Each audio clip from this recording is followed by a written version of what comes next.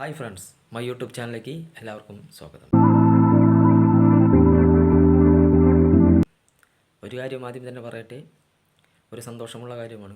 പാകിസ്ഥാൻ്റെ കാര്യം ശ്രീലങ്ക ഇന്നലെ തീരുമാനമാക്കി കൊടുത്തു. അതിലൊരുപാട് സന്തോഷമുണ്ട്. നമുക്ക് വേറെ വീഡിയോ ചെയ്യാം.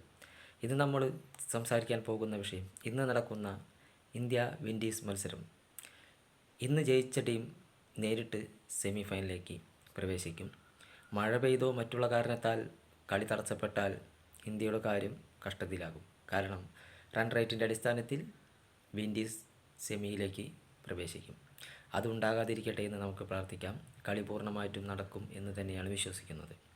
അപ്പോൾ വീഡിയോയിലേക്ക് വരാം. ഇന്ന് നടക്കുന്ന മത്സരത്തിൽ ആവേശകരമായ മത്സരം കൊൽക്കത്തയിലെ ഈഡൻ ഗാർഡനിലാണ് നടക്കുന്നത്. വൈകിട്ട് 7:30 മത്സരം തുടങ്ങും. അപ്പോൾ ഈ മത്സരത്തിൽ ഇന്ത്യക്ക് ആശ്വാസകരമായിട്ടുള്ള ഒരു കാര്യം, കഴിഞ്ഞ മത്സരത്തിൽ ഫോം ഔട്ടായിരുന്ന അഭിഷേക് ശർമ്മ തിരിച്ചു വന്നു. കഴിഞ്ഞ മത്സരത്തിലൂടെ അദ്ദേഹം തിരിച്ചു വന്നു എന്നുള്ളതാണ്. കൂടാതെ നമ്മുടെ മലയാളി താരം സഞ്ജു സാംസൺ ഓപ്പണിങ്ങിൽ മികച്ച തുടക്കമാണ് ഇന്ത്യക്ക് നൽകുന്നത്. അത് ഇന്നും തുടർന്നാൽ ഇന്ത്യക്ക് കാര്യങ്ങൾ കുറച്ചുകൂടി എളുപ്പമാകും. സഞ്ജു കുറച്ചു നേരം കൂടി ക്രീസിൽ നിൽക്കേണ്ടത് അത്യാവശ്യമാണ്. കുറച്ച് റണ്ണും കൂടെ സഞ്ജു അടിച്ചാൽ ഇന്ത്യക്ക് അതൊരു മികച്ച റണ്ണിലേക്കുള്ള ഒരു യാത്രയായിരിക്കും.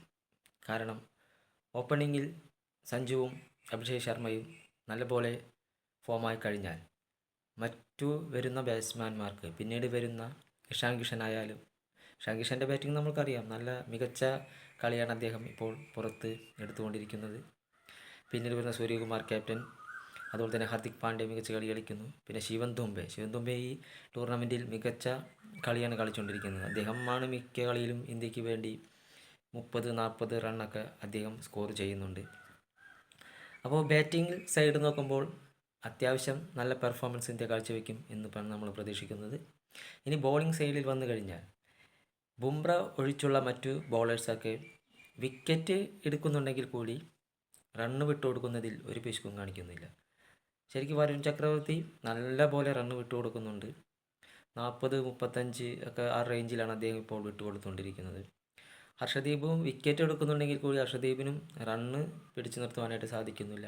ഹാർദിക് പാണ്ഡ്യയാണെങ്കിൽ പറയണ്ട, വെറും ഹാർദിക് പാണ്ഡ്യ തൂക്കിയെടുത്ത് അടിക്കുകയാണ് ഇപ്പോൾ ചെയ്തുകൊണ്ടിരിക്കുന്നത്. 40 മുകളിലാണ് അദ്ദേഹം ഇപ്പോൾ റണ്ണ് കൊടുത്തുകൊണ്ടിരിക്കുന്നത്. പിന്നെ അക്സർ പട്ടേൽ ഇന്ന് കളിക്കും എന്നാണ് പ്രതീക്ഷിക്കുന്നത്.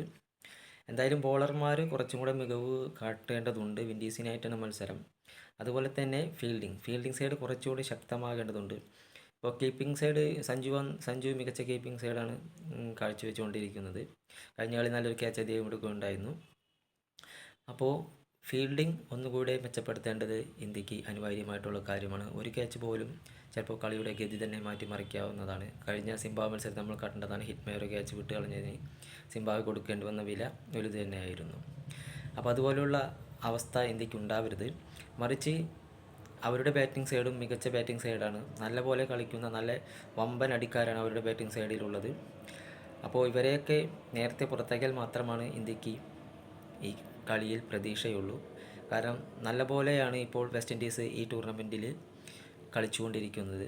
അപ്പോൾ എന്തായാലും ഇന്ന് നടക്കാൻ പോകുന്ന മത്സരത്തിൽ ഇന്ത്യ വിജയിക്കുമെന്ന് തന്നെയാണ് ഞാൻ പ്രതീക്ഷിക്കുന്നത്. ഇന്ത്യ വിജയിക്കുമെന്ന് തന്നെയാണ്. അങ്ങനെ തന്നെ സാധിക്കട്ടെ എന്ന് വിചാരിക്കുന്നു.